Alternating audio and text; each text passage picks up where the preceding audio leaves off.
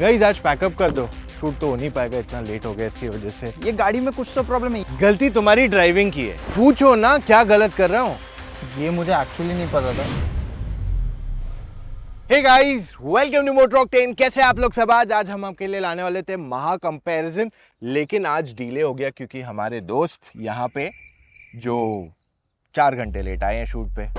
गाड़ी की चार्ज खत्म हो गई थी, घर से निकलते टाइम देखा तो चार्ज करने में लेट हो गया। बहाना है ये, फिर से बहाना दे रहा है। गलती तुम्हारी ड्राइविंग की है। 2 दिन पहले गाड़ी चार्ज की है। एग्जैक्टली 2 दिन पहले चार्ज की थी। ये गाड़ी में कुछ तो प्रॉब्लम है, ये गाड़ी मुझे रेंज ही नहीं दे रही है। लोगों को यही सेम गाड़ी से मैंने 280 तक का रेंज हाँ, तो 280 तो आराम से आता है मुझे भी। मुश्किल से 220 का रेंज दे रही है। अब नया बहाना दे रहा है ये। मुझे लगता है प्रॉब्लम तुम में ही है। मेरे में क्या ही प्रॉब्लम होगा, इतने सालों से तो गाड़ी चला रहा हूँ। गलती नहीं माने गए। अच्छा तुम ही बताओ क्या प्रॉब्लम होगा। Let's start with basics. इधर आओ तुम। क्या तुम्हारा टायर प्रेशर सही है? टायर प्रेशर और रेंज का क्या लेना देना है? बॉस, जिसको भी गाड़ी में अच्छा माइलेज या रेंज निकालना है ना, उसको पता है कि टायर प्रेशर कितना इंपॉर्टेंट है। अगर तुम्हारा टायर प्रेशर कम हुआ ना तो ये तुम्हारे रेंज और माइलेज को अफेक्ट करेगा। तुम्हें याद है लास्ट टाइम हमारी 4W में रेंज हमें कम आया था, 240 का आया था। हाँ। वैसे एंड तक तो तुम थे नहीं जब हमने प्रॉब्लम फिगर आउट की थी। तो क्या प्रॉब्लम थी? प्रॉब्लम ये थी कि कार्तिक 2-3 दिन के लिए गाड़ी घर पे लेके गया था, तो उसने टायर प्रेशर फिर से भरवाया था, और वो जो मशीन से जिससे उसने भरवाया था वहां की कैलिब्रेशन ऑफ थी, तो इस वजह से 32 की जगह उसने 30 का टायर प्रेशर भर दिया था। तो उससे रेंज कम हो गया। मैं तुम्हें वही तो समझाने की कोशिश कर रहा हूँ कि अगर तुम्हारा टायर प्रेशर कम रहेगा तो तुम्हारा रेंज डेफिनेटली अफेक्ट होगा, और अगर तुम्हारा टायर प्रेशर ज्यादा है तो इससे तुम्हारी रेंज या माइलेज दोनों बढ़ेगी। तो ज्यादा टायर प्रेशर रखता हूँ ना फिर। मुझे पता है तुम यही कहने वाले थे। देखो, अगर तुम्हारा टायर का प्रेशर बढ़ जाता है देन इन दैट केस कहीं ना कहीं हाई स्पीड स्टेबिलिटी गाड़ी की अफेक्ट होती है, which means you are compromising on safety, और तुम अपनी फैमिली को रिस्क पे डाल रहे हो। तो कितना PSI रखना चाहिए? तो आइडियली तो क्लेम्ड ही रखना चाहिए, बट कोई लोग क्या करते हैं अनऑफिशियली वो 1 या 2 PSI ऊपर रख देते हैं ऑफ द क्लेम नंबर। इससे क्या होगा, माइलेज तो थोड़ी बहुत बढ़ी जाएगी, बट कहीं ना कहीं जो तुम्हारी सेफ्टी है, हैंडलिंग है गाड़ी की एंड हाई स्पीड स्टेबिलिटी, वो इतनी कॉम्प्रोमाइज या अफेक्ट नहीं होती है। बट मैंने आज ही सुबह टायर प्रेशर चेक किया, कंपनी 32 PSI रेकमेंड करती है एंड उतना ही है, एंड वो मशीन भी सही थी। तो तुम्हारे ड्राइविंग में प्रॉब्लम है। You are doubting my driving now. तो एक काम करते हैं, लेट्स ड्राइव एंड सी, पता करते हैं हाउ डू यू ड्राइव। ठीक है चलो let's go.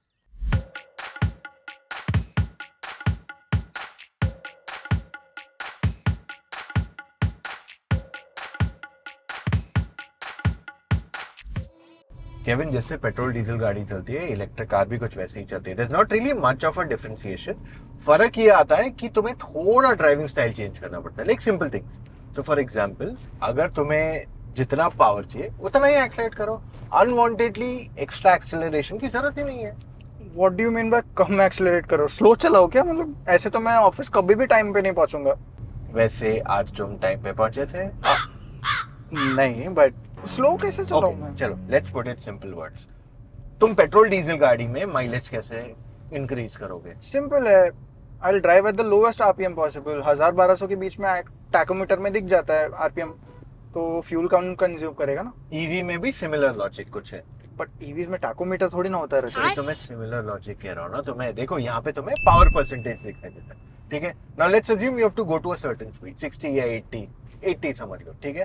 Then in that case तुम वो स्पीड पे जाने के बाद, I am not saying go hard accelerate up to 80 and then relax. I am saying एक ग्रेजुअल स्पीड पे जाओ till 80 and then just maintain it without consuming a lot of your power percentage. That's what I'm trying to tell you. Okay, let's try this once. Perfect.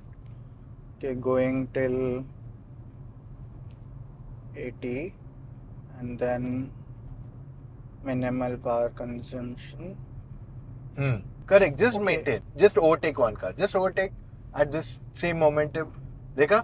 Oh, this is pretty easy. मतलब ऐसा कुछ मुश्किल तो नहीं है, rocket science नहीं है। It's easy.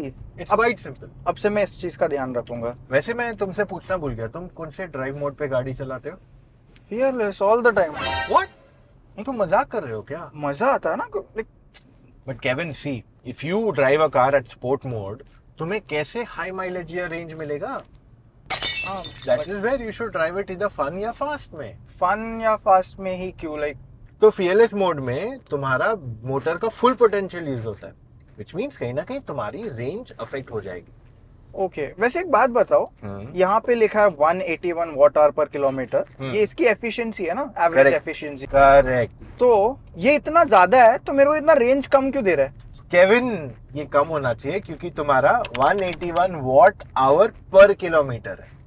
यानी कि अगर तुम मेरी गाड़ी का देखते हो ना, उसमें अबाउट 130 140 के बीच में रहता है।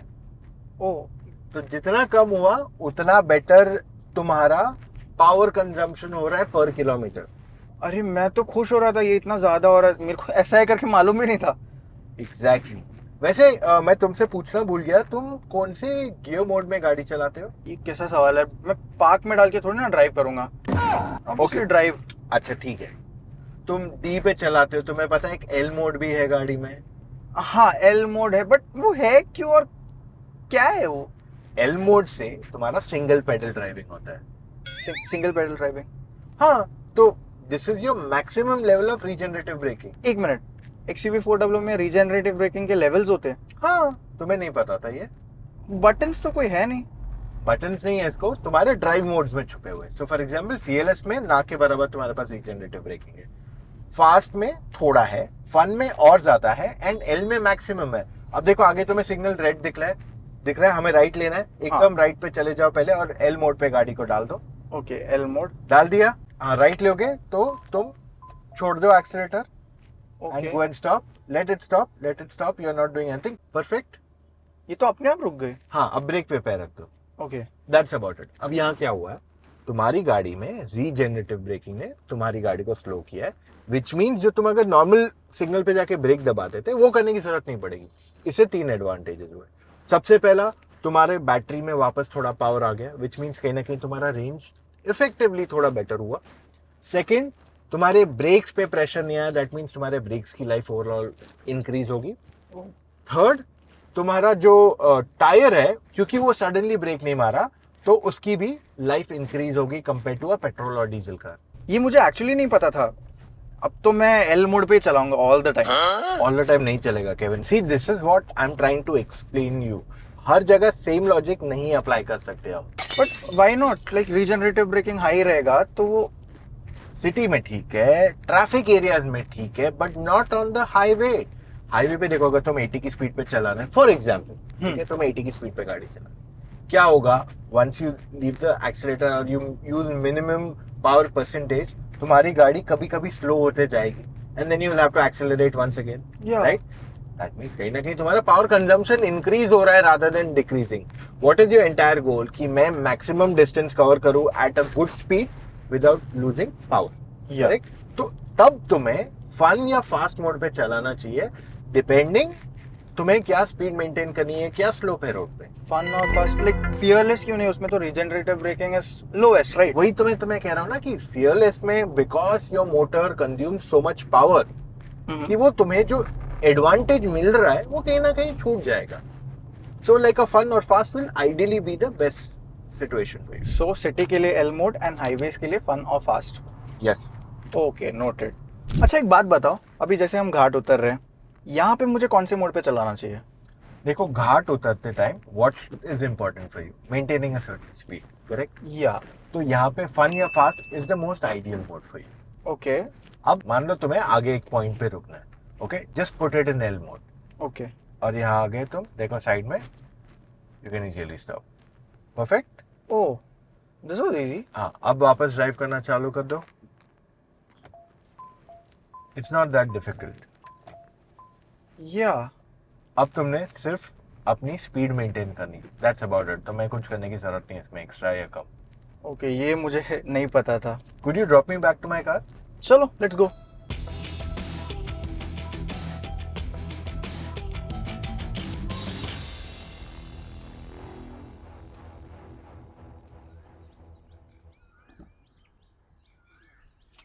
गाइस आज पैकअप कर दो, शूट तो हो नहीं पाएगा, इतना लेट हो गया इसकी वजह से आज हम ज़्यादा कुछ कंटेंट नहीं कर पाएंगे। वैसे मैंने एक चीज़ नोटिस की केविन, तुम कैबिन का टेम्परेचर काफ़ी लो रखते हो। अरे गर्मी इतनी है रचित, तुम्हें पता है ना कंप्रेसर भी बैटरी रेंज कम करता है। अब क्या मैं एसी बंद करके गाड़ी चलाऊंगा? साला ये दुख का खत्म नहीं होता बे। नहीं नहीं, देखो मेरा मतलब वो नहीं है। अगर तुम बाहर का टेम्परेचर और गाड़ी का टेम्परेचर ज्यादा डिफरेंस नहीं रखोगे उतना बेटर रहेगा। सो मान लो अगर बाहर 30 डिग्रीज है और तुमने गाड़ी को 16 की जगह 23 पे रख दिया और तुमने फैन स्पीड फुल रख दिया, देन इन दैट केस क्या होगा, तुम्हारा फैन उतना पावर नहीं खाएगा जितना तुम्हारा कंप्रेसर खाता है। और 23 विद फुल फैन तुम्हारी कैबिन वैसे भी जल्दी ठंडी हो ही जाएगी। So you don't have to worry of that.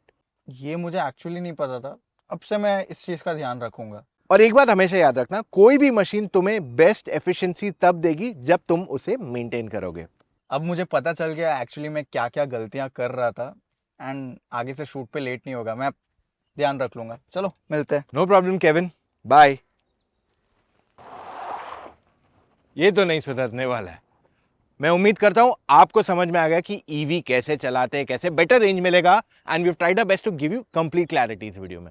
लेकिन अगर आप अभी भी कंफ्यूज्ड हैं, आपको समझ में नहीं आ रहा है मैं क्या करूं, पेट्रोल गाड़ी लूं, इलेक्ट्रिक गाड़ी लूं, हाइब्रिड लूं, there are so many options in the market. So in that case आप मुझसे या मेरी टीम ऑफ एक्सपर्ट से फोन कॉल पे जुड़ के अपने सारे डाउट्स क्लैरिफाई कर सकते हो।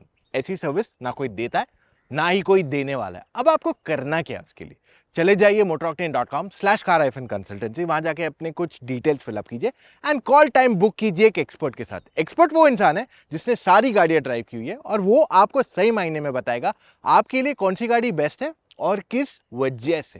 So do that right away. और अगर अभी तक आपने सब्सक्राइब नहीं किया है कर लीजिए, क्योंकि आने वाले दिनों में हम आपके लिए इतने सारे और वीडियोस लाते रहेंगे जिससे आप ऐसे कार बायर को हमेशा क्लैरिटी मिलते रहेगी। So that's all we have for right now. मिलेंगे कल फिर से with an all new video guys. Take care, love you all, bye.